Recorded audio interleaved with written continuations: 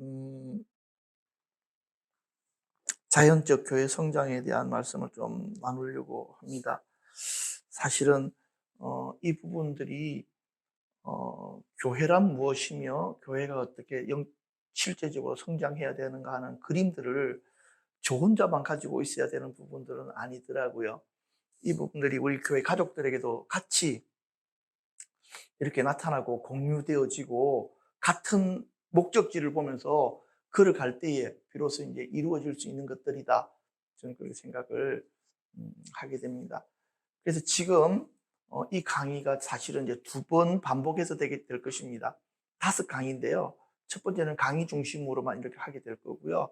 두 번째는 강의를 간단하게 하고 그것을 가지고 여러분들이 소그룹으로 같이 이렇게 모여져서 함께 우리가 대화하고 나누는 시간들을 그렇게 가지게 될 것입니다.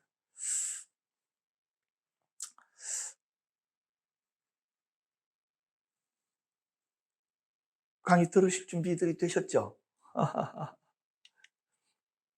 예. 자연적 교회 성장이라는 것은 하나님 자신의 교회를 성장시키는 자연적 성장 잠재력을 풀어놓는 것이다. 이렇게 설명해 놨습니다. 그러니까요, 하나님의 교회가 교회 안에 성장할 수 있는 영적인 요인들을 다 원래 두셨다는 것입니다. 이 원리들이 제대로 굴러가면 교회는 성장할 수밖에 없다는 전제, 가설을 가지고 있습니다. 그래서 자연적 성장이라고 하는 것은요, 우리가 뭘 보면 알 수가 있습니까? 나무나 풀을 이렇게 보면 어떻게 성장하는지를 알게 됩니다. 나무나 풀은 그냥 내버려 둬도 자연적으로 성장하는 거거든요. 마찬가지로 교회도 그렇다는 것입니다. 교회가 본질적으로 그렇게 생겨 먹었다는 것입니다. 그렇기 때문에 자연적으로 접근하기 위해 가지고는요, 인위적으로 교회 성장을 위한 방법을 시도하지 마라. 인위적으로 교회가 성장하기 위해서 하는 방법이 무엇입니까? 전도 대폭발. 또한, 새가족 동원 같은 것, 그쵸? 여러 가지 방식들이 있을 것입니다. 물론 그것은 나쁜 일은 아니지만, 정말 교회 성장이라고 하는 근본적인 부분에서 봤을 때는 그것이 아니라고 지금 이야기를 하고 있는 것입니다. 하나님께서 원하시는 교회 성장은 양적인 성장만을 이야기하는 것이 아니고 질적인 성장이 동반되어진 성장만이 진정한 성장이다.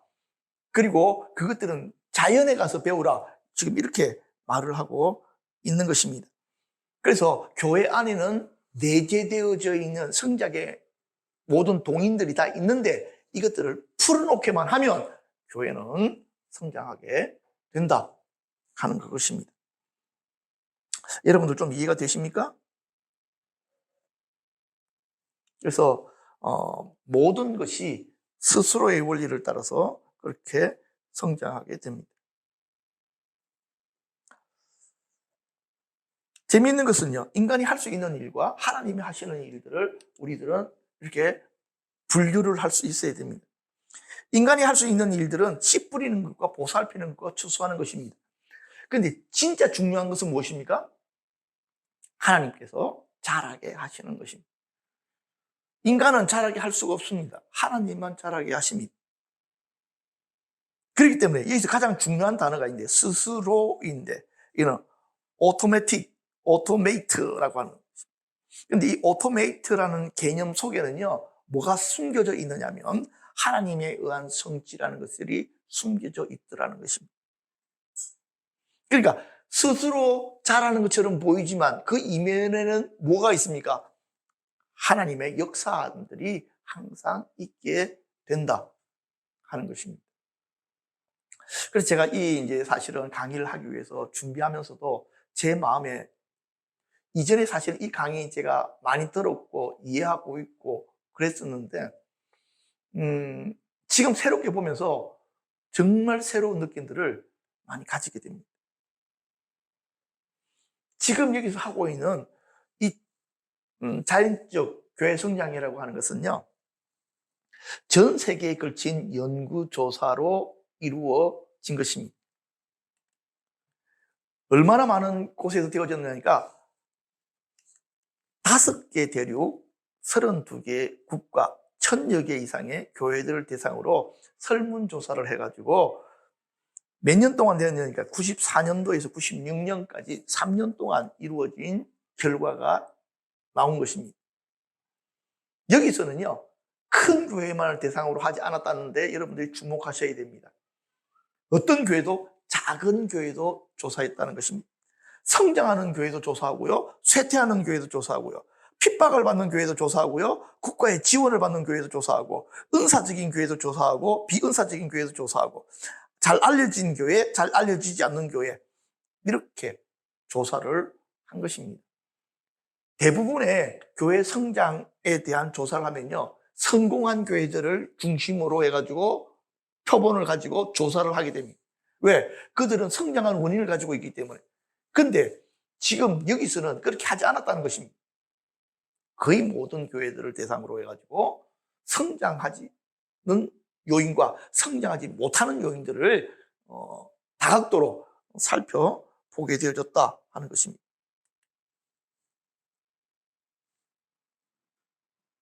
그래서 여기서 이 사람들이 발견하게 되어진 것은 모델과 원리와의 차이점들을 발견하게 되었다. 모델이라는 말은 이런 거예요. 우리나라에서 가장 큰 교회가 어디입니까?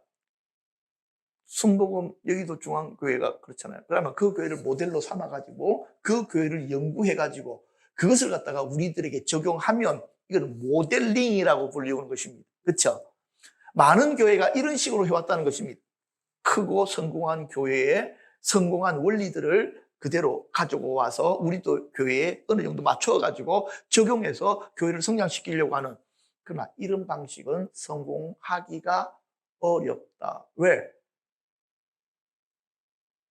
그 교회랑 우리 교회랑 다르니까. 그렇다면 어떻게 해야 되냐면 원리를 찾아야 된다는 것입니다. 많은 교회에 공통적으로 적용될 수 있는 원리를 찾아가지고 그 원리를 적용시켜야지만이 진짜 성장은 일어나게 된다 하는 것입니다. 그래서 모델과 원리, 모델을 따르는 일, 원리 중심. 그래서 우리는 어떤 교회를 하나 만들어 놓고 그 교회를 닮아가고 그 교회에서 하는 것을 따라하는 것이 아니고 정말 교회를 자연적으로 성장시키는 그 원리가 무엇인지를 우리가 이해하고 우리 교회가 그것을 따라서 어떻게 하면, 그렇죠? 저 원리가 우리 교회가 풀어질 것인가 하는 것들을 우리가 함께 배우고 함께 나누고 함께 기도하고 이렇게 풀어나가야 되겠습니다. 자, 그런데 이 교회 성장, 자연적 교회 성장을 위한 4기둥이 있는데요. 첫 번째는 what, 무엇을, when, 언제, how, 어떻게, why, 왜. 그리고 마지막으로는 실제적으로 하는 부분, 5번째는 이런 것입니다. 요 것들이 사실은 계속해서 강의가 되어질 텐데요. 오늘은 what, 이 부분을 조금 다루도록 하겠습니다. 무엇을, 교회 성장을 하게 만드는 것이 무엇인가? 무엇을 해야 되는가? 내용 8가지 질적 특성, 언제 해야 하는가? 시기, 최소 전략, 어떻게 해야 되는가? 방법론, 6가지 생명체 원리, 왜 해야 되는가? 배경, 신학적인 패러다임, 이렇게 되겠습니다. 그래서 8가지 질적 특성이 있는데요. 그것이 바로 세워주는 리더십, 2번째는 은사 중심의 사역, 3번째는 열정적 영성, 4번째는 기능적 구조, 5번째는 영감 어린 예배, 6번째는 전인적 소그룹, 7번째는 필요 중심의 전도, 8번째는 사랑의 관계. 이 8가지가 교회를 성장시키는 원리라고 그들은 결론을 지었습니다. 제가 아무리 봐도요, 이거보다 더 나은 원리들은 발견할 수가 없었습니다. 이것들을 좀 한 가지씩 좀 살펴보면 그렇습니다. 성장하는 교회 지도자들은 사역을 위해서 다른 그리스도인들을 세워주게 된다. 그러니까 이거예요. 나를 따르라! 가 아니고 여러분들이 그 일을 할 수 있도록 내가 도와드리겠습니다. 이렇게 된다는 것입니다. 그러니까 성도들이 결국에 뭐가 돼야 됩니까? 선수가 돼야 되고 목회자는 코치나 감독이라는 거야. 근데 이게 잘못되면 어떻게 변질이 되느냐면 여러분들은 구경꾼이야. 나 혼자 하는 거야. 내가 하는 거 봐. 내가 잘하고 있지. 너희들은 나한테 응원하고 나를 지지해주고 나를 도와주기만 하면 돼. 라고 하는 사역은, 그런 지도력은 성장하는 지도력은 아니다. 그래서 결국에는 다른 사람을 세워주는 그런 리더십을 가져야 된다 하는 것입니다. 이것은 뭐 예수님께서도 동일하게 하셨던 부분들이다 하는 것을 알게 됩니다. 두 번째는요, 은사 중심적인 사역입니다. 지금 예수님이 하신 일을 너희도 하라 라고 하는 그것이 은사 중심 사역과 그대로 맥을 같이 하는 것입니다. 교회 리더의 임무는요, 성도들이 자신의 은사를 발견하고 그 은사를 쓸 수 있도록 해주는 것입니다. 이것이 리더십입니다. 그리고 성도들이 그 은사를 가지고 쓰기 시작할 때에 비로소 최상의 어떤 만족감을 누리게 되더라 하는 것입니다. 이것을 갖다가 도표상으로 나타나는데, 빨간색은요, 성장하는 교회이고요. 옆에 나오는 주황색은 쇠퇴하는 교회입니다. 이렇게 질문한 것입니다. 당신의 교회는 은사를 쓰게 합니까? 당신의 교회는 은사를 부정하지 않습니까? 여기 73% 성장하는 교회들은요, 73%와 63%가 뭐라고 설명하냐니까, 예. 그런데 성장하지 못하는 교회를 살펴보니까 은사에 대해서 강조하거나 배우는 부분들에서 9% 또는 11%밖에 안 되더라는 것입니다.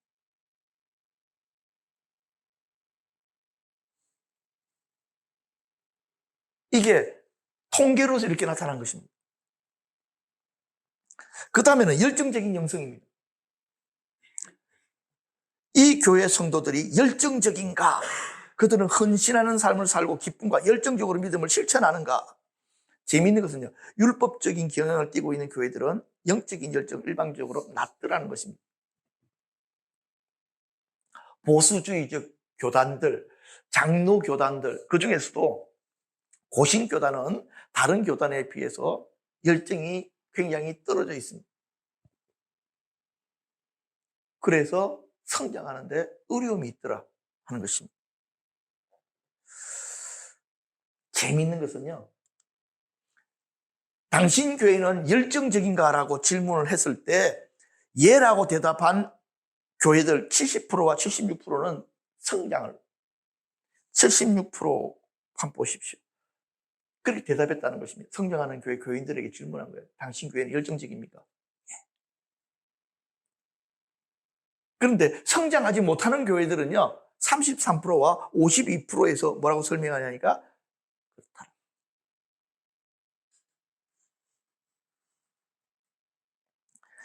그리고 이거는 또 뭐랑 연결이 되어져 있느냐니까, 기도랑 연관이 되어져 있었습니다.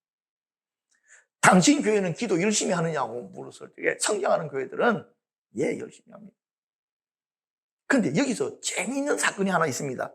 뭐냐니까요, 성장하지 않는 교회, 우리 교회는 기도 많이 한다고 하는데도 불구하고 성장하지 않는 교회들이 있더라는 것입니다. 예상외로 여기서 67%, 52%. 무슨 말이냐니까, 그 교회는 영성적인 교회고 기도를 많이 하는 교회임에도 불구하고 성장이 하는 다른 요소들이 문제가 있는 거예요. 다른 요소들이. 그래서 교회가 성장하지 못하다는 거예요. 그러니까 다른 거 다 필요 없어. 우리 기도만 하면 돼. 성장하는 거 오히려 줄어들더라는 거예요. 어떤 분들은 막 이런 실제적인 결과를 내놓고 나면 무슨 소리야!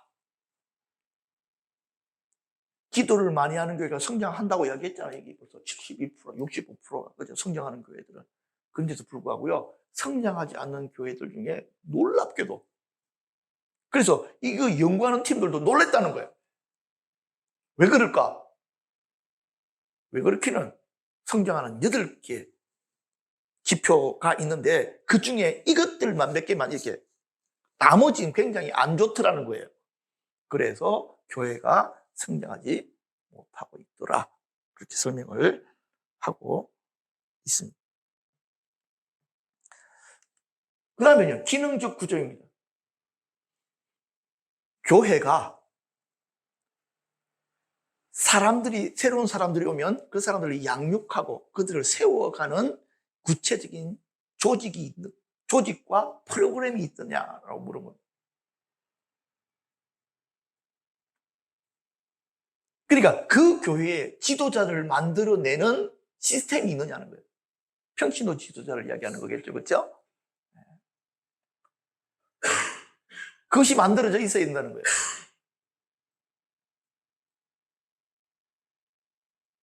그랬을 때 그림에도 보면요, 어떤 그림이 나와 있냐니까 지도력을 이렇게 어떤 리더십을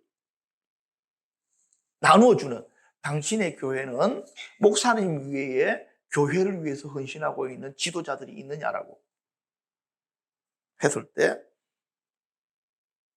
성장하는 교회 85%는 있다고 이야기합니다. 주로 이건 셀 리더들을 이야기하는 것입니다. 평신도 리더들을 이야기하는 것입니다.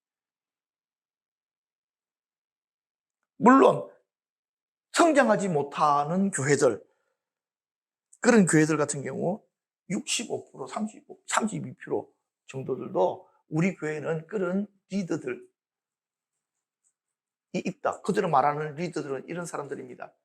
장로님들, 집사님들, 구역장들, 이런 사람들을 이야기할 것입니다. 그런데 그들이 가지고 있는, 장로님들이 가지고 있는 어떤 리더십이라고 이야기하는 것은 다른 사람을 양육하고 세워나가는 리더십이라기보다는 행정적인 리더십들입니다. 이런 리더십들은 성장하는 것하고는 사실은 별 관계가 없더라. 오히려 행정적인 리더십들이 문제가 생겼을 경우에는 교회가 성장하는데 결정적인 문제들을 일으키더라. 지금 그렇게 이야기들을 하고 있습니다.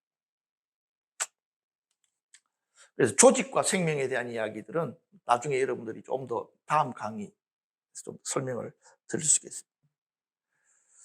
5번째는요, 영감 있는 예배입니다.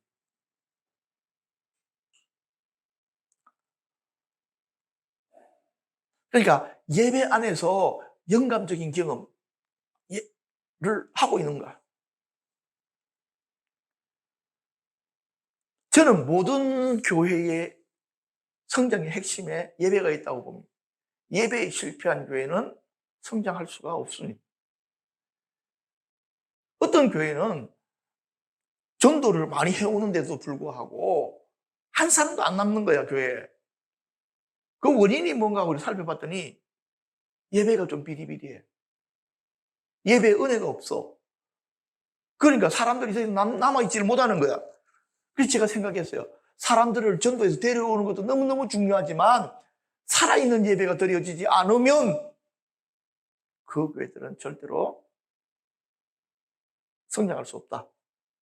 그래서 저는 1번이라고 한다면, 교회 성장의 1번이라고 한다면 예배다. 예배가 첫 번째다. 저는 그렇게 말씀을 드리려고 합니다. 성장하는 교회의 80%, 사람들의 설문의 80%가 당신 교회 예배는 영감이 있습니까? 열정적입니까? 라고 이야기했을 때 yes, 우리 교회 예배는 그런 예배다 대답했다. 그런데 재미있는 것은요, 그중에 이 60%, 성장하지 못하는 교회 60%들도 자기 교회 예배는 괜찮았다 이야기한다는 것입니다. 그런데 왜 성장을 하지 못할까? 다른 요소들과 결부되어 있기 때문이다 하는 것을 말씀을 드릴 수가 있겠습니다. 전인적 소그룹입니다. 홀리스틱. 이거는 성경 말씀을 토론하는 정도가 아니고 함께 중보하고 함께 세워나가는 이런 전인적인 소그룹이 있어야지만이 교회는 성장한다. 그래서 사실은 셀 교회, 지금 셀 교회에서 강의한 건데요. 예배와 함께 가장 강조하는 것이 뭐냐면 소그룹입니다. 그들은 교회 성장을 어떻게 생각하느냐? 소그룹의 성장이라고 생각합니다. 소그룹이 사람이 더 많이 모이면 분류하고 이 소그룹들이 자라게 될 때에 진정한 의미의 교회 성장이라고 보는 것입니다. 왜냐니까 교회를 뭘로 보니까 유기체로 보니까 유기체는 세포의 분열을 통해서 성장하는 거잖아. 똑같이 보는 거야. 그러니까 외부에서 사람들이 모여가지고 모여있는 것만 가지고는 이것은 진정한 의미의 건강한 교회가 아니라고 보는 거예요. 그러니까 이 소그룹에서 삶이 나누어지는 거잖아. 같이 기도가 되어지는 거잖아. 그렇지? 그러면서 이것들이 여기서 교회를 체험한다는 거예요. 소그룹 안에서 교회가 체험되어지는 거야. 진정한 의미에. 안 그렇고 이 소그룹이 활성화 안 되어져 있는 교회는 주일날만 만나가지고 하이. 그러면 상대편도 하이. 끝. 너 그 교회 다닌다면 누구 알고 있어? 나는 그 교회 다니면서 그 교회 목사님 설교가 좋아서 다녀. 지금 무슨 뜻인지 이해가 되시죠? 그렇죠? 뭔가 근본적인 문제가 생깁니다. 그래서 대전에 가면 모 교회 목사님은 장땡땡 목사님. 내가 요 정도 이야기하면 머리가 좋으신 분들은 빨리 알아챘을 거예요. 그분은 아주 이 말씀을 잘하십니다. 그분 설교 들으면 시간이 가는 줄 몰라요. 방송에도 많이 나오고 심지어는 하도 웃겨가지고 개그 거기도 이렇게 가끔 가다가 얼굴도 비치시는 분이시죠. 그 교회에 엄청나게 많은 사람들이 몰려들어갑니다. 근데요, 재미있는 것은 들어간 만큼 빠져나갑니다. 그래서 그 교회는 숫자가 여전히 동일합니다. 왜 그럴까요? 그 교회 목사님 설교가 좋아서 간 거야. 3년 듣고 나니까 새로운 게 없거든? 그러니까 빠져나가라. 3년마다 물갈이가 계속 된대. 계속 순환시고. 나는 그분의 은사가 그거라고 생각하기 때문에 거기에 대해서 좋다 나쁘다를 이야기하는 것이 아닙니다. 지금 우리는 자연적인 교회 성장을 이야기하잖아. 그렇기 때문에 그 교회가 더 성장하려면 어떤 조직을 가지고 평신도 지도자들을 계속 세우는 조직들을 가지고 있었고 셀을 경험하도록 해줘야지만이 가능하다는 것입니다. 그래야지만이 진정한 소그룹 안에서 같이 삶을 나누고 같이 기도하고 부딪히고 이렇게 하면서 그들이 영적으로 자라게 되어져 있는 거거든요.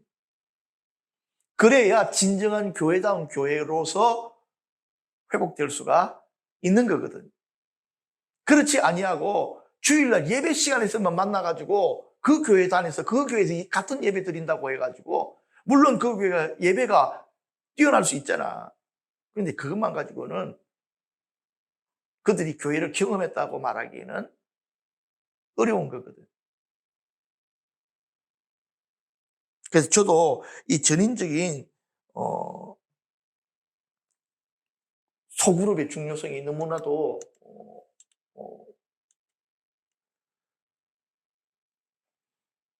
그래서 사람들에게 설문지를 성장하는 교회의 78%는 우리 교회 안에 전인적인 소그룹, 함께 기도하고 함께 말씀을 나누고 함께 삶을 나누는 그런 그룹이 있고 나는 거기에 참여하고 있다. 이렇게 이야기했다는 거죠.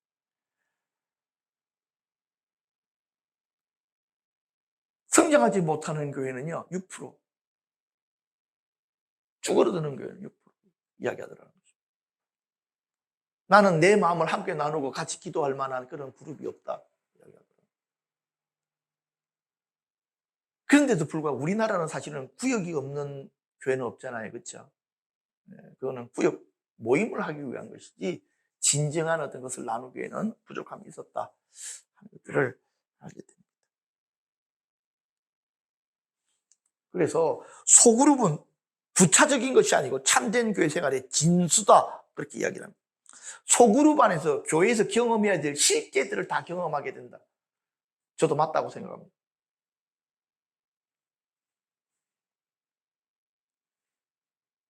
구역 예배에서 가능하지 않나? 그럴 때 구역 예배라고 하는 것은 그 어떤 지역을 중심으로 해서 모아놓은 게 구역이라고 한다면은 이 소그룹은요, 성격이 좀 틀립니다. 특성을 따라서 모여지게 만드는. 그리고 전도한 사람이 자기 소그룹으로 이렇게 사람들을 가지고 오는 지역이 아니라 그 소그룹 중심으로 이렇게 전도와 재생산이 일어나게 되어지는 그런 모임을 이야기합니다. 앞으로 이 부분들이 우리 교회 안에서도 회복되어져야 되는 부분이다. 그렇게 생각합니다. 그 다음이 뭐냐니까요. 필요 중심적인 전도입니다.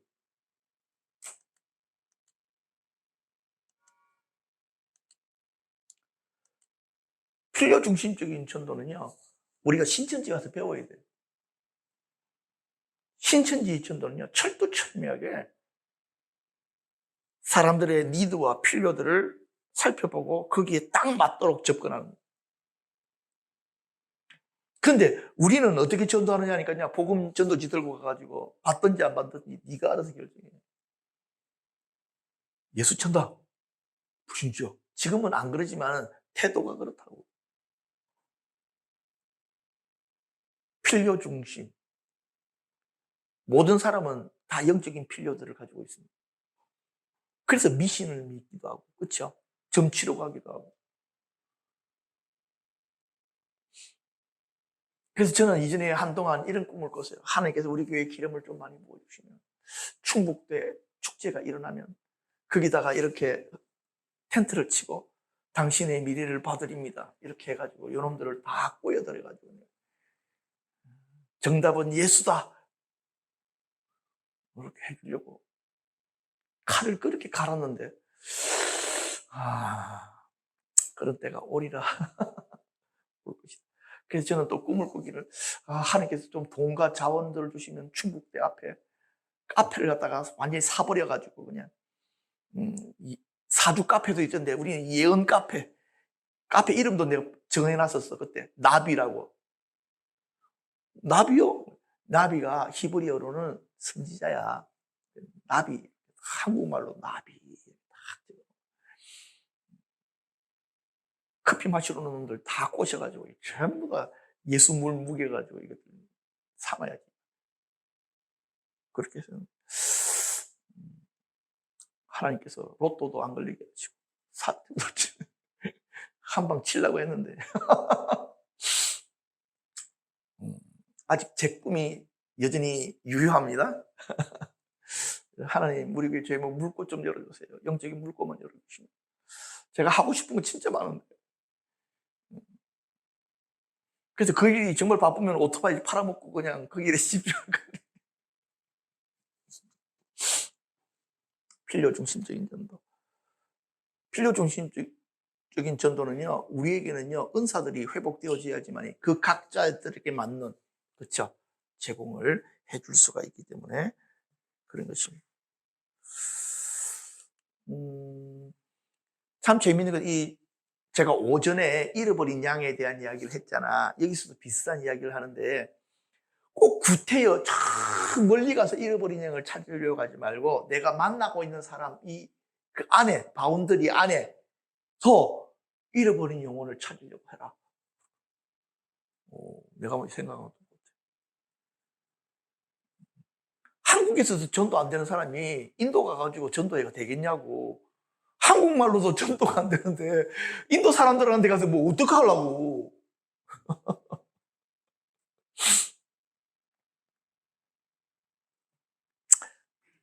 자, 마지막에 사랑의 관계입니다.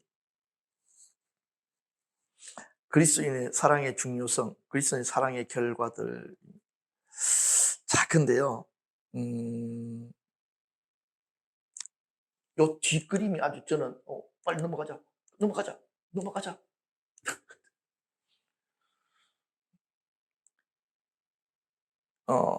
호스피탈리티는요, 환대하는 것입니다. 당신 교회는 새로 오는 사람들을 환대합니까? 얼마나 환대합니까? 라고 했을 때 16%, 17%입니다. 성장하지 않으면 11%, 13%입니다. 그러니까 새로 오는 사람들에게 대해서 더럽게 환대를 안 하는 거야. 우리 한국 교회뿐만 아니고 세계적인 교회들이 그래서 좀 안심이잖아. 나는 우리 교회만 그런 줄 알고 우리 교회만 냉랭하게 목사 닮아가지고 정말 냉랭하게 새로운 사람들이 오든지 말든지 관심 안 가지는 게 우리 교회만인 줄 알았더니 주여 이런 전 세계적인 통계를 보니까 우리만 그런 것이 아닌 것으로 인하여 감사드립니다. 신천지에 간 사람들이 하는 말이 있습니다. 교회는 사랑이 없다. 자기들이 가니까 너무 환대해 주더라. 진짜로. 극진한 환대에 몸둘 바를 몰랐다. 내가 이렇게 환대받을 만한 사람인가 느꼈다. 그래서 우리들은 다른 건 몰라도 필요 중심적인 전도와 환대는 신천지가 가지고 배워야 됩니다. 아마 신천지 사람들에게 이 설문을 올렸다고 한다면 그들은 90% 이상을 썼을 것입니다. 우리 모임은 새로운 사람들을 엄청 환대합니다.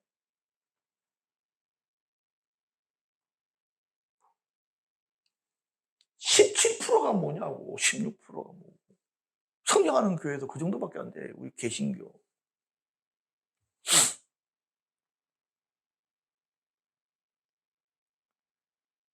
그래서 우리가 희망이 있는 건 이거야. 뭐야, 이거 16%만 돼도 성장을 하네? 이렇게. 우리가 그냥 미친 듯이 그렇게 안 해도 돼, 그지? 우리가 내가 생각할 때는 우리 교회는 한 10.5% 되는 것 같아. 10.5%. 10.5%에서 100% 가기는 어렵지만, 우리보다 앞선 애들이, 성장한다는 애들이 20%도 아니고 16%, 17%밖에 안 되네? 희망 있지, 그쵸? 그래서 오늘 강의가 여러분들과 저에게 대단한 희망을, 위로를 지금 동시에 주고 있습니다. 환대.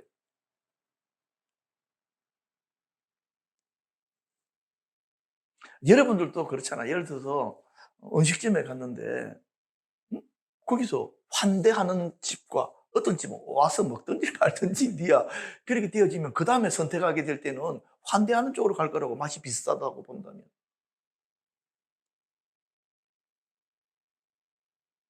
그리고 또 재미있는 게 하나 있었습니다. 라우트, 웃음. 당신 교회는 잘 웃느냐 했을 때 우리 교회는 정말 재미있고 잘 웃는다. 68%. 성장하지 못하는 게 33%. 차이가 지금 정확하게 배 차이가 나죠. 그렇죠?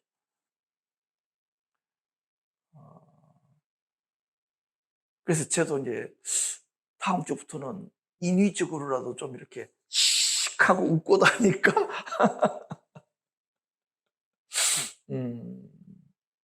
너무 가식적인 게 아닐까? 그래도 교회가 성장하면 목사가 가식적으로도 웃어야 되는 거 아닌가? 아나운서들도 그렇지 않아. 미소, 그 상품화된 미소 딱 배우잖아. 딱 입꼬리 올리면서.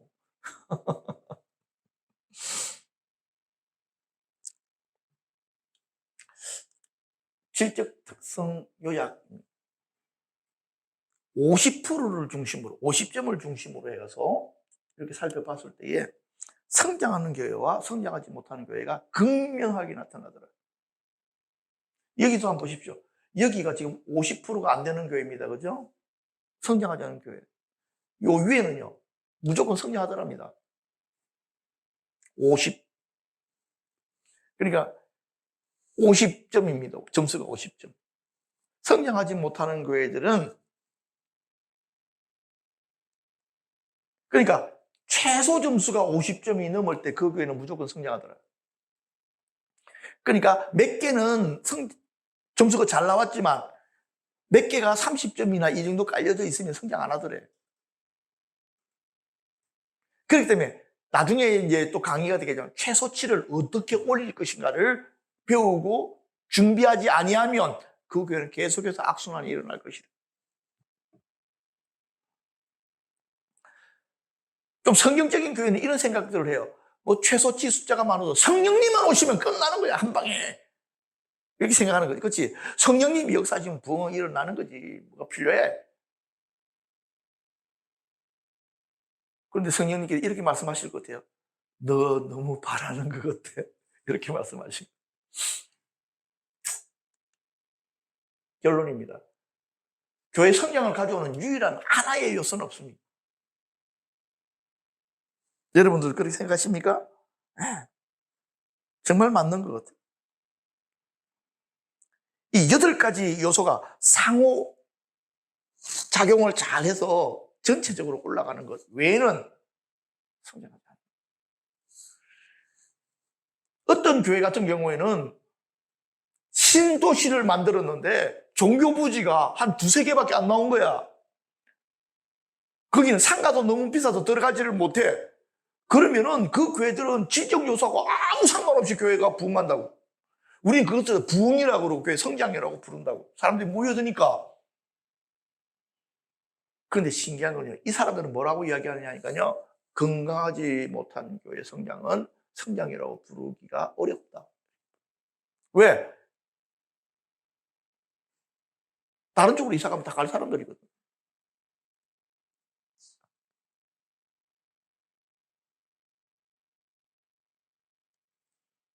그래서 말입니다.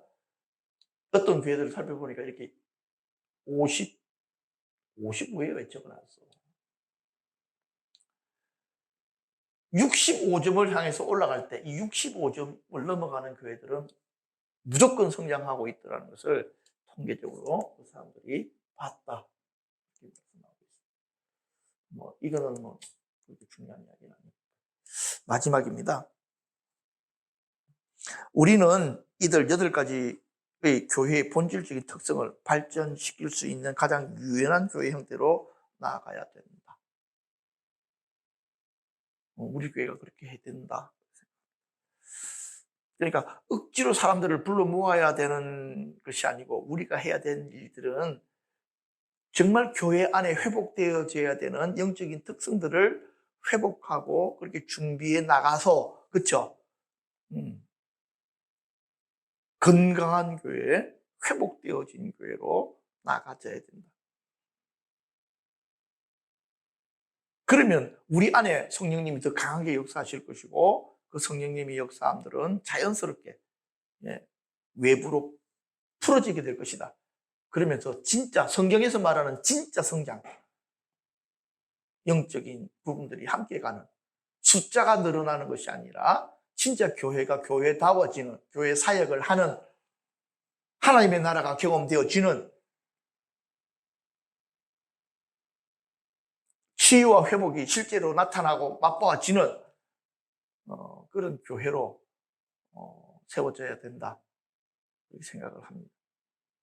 여러분들 이 부분에 있어서는 동의하죠, 그렇죠? 우리가 이런 교회를 세워야지. 다른 교회는 어떻게 하는지 모르겠습니다. 관심이 없어요. 우리 교회는 이렇게 되어져야 돼.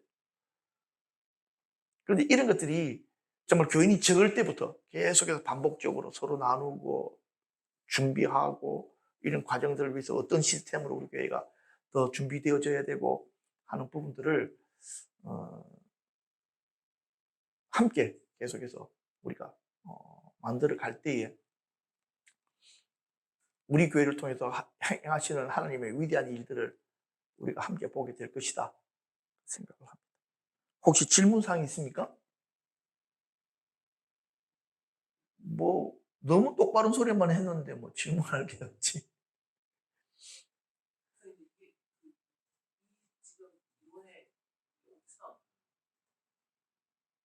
자연적 교회 성장 이론은 이전에 셀 교회, NCD라고 하는 그 모임에서 나온 겁니다. 책도 있고요. 그 모임도 있고요. 훈련센터들도 있고요. 전 세계적으로.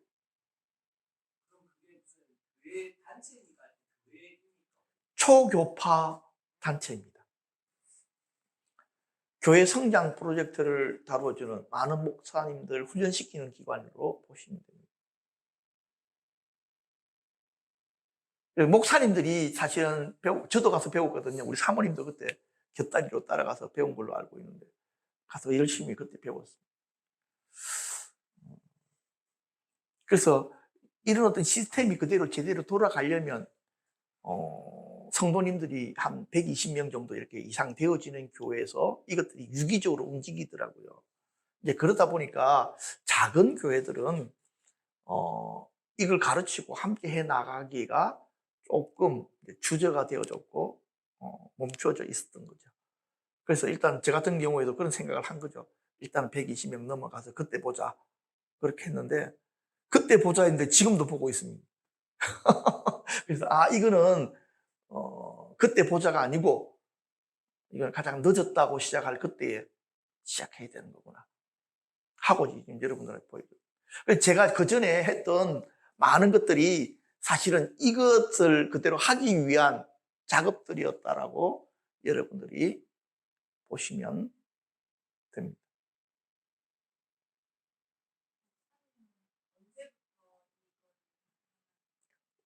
오래됐어요. 이 조사가 이루어진 게 지금 이 책이 나온 지, 이 모임을 하게 된 지는 그건 한 20년 전이지, 그치? 근데 그 안에 나타나는 원리들은 그때나 지금이나 전혀 다르지 않습니다.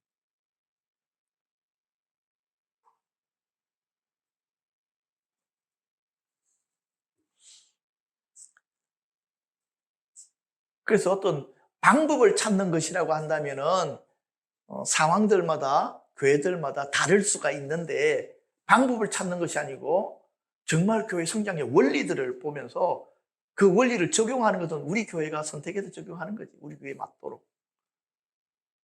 그래서 아마 지금 여러분들이 가지고 있는 많은 의문들은 다음 강의, 다음 강의, 5강의거든요. 이렇게 들어나가시다 보면 아마 머릿속에 그렇구나. 이게 맞는 게 맞구나. 왜냐하면 성경적인 원리니까 하는 것을 여러분들이 어, 발견하시게 어, 될 겁니다. 그러면 제가 잠시 기도하고 시간들을 마칠 수 있도록 하겠습니다.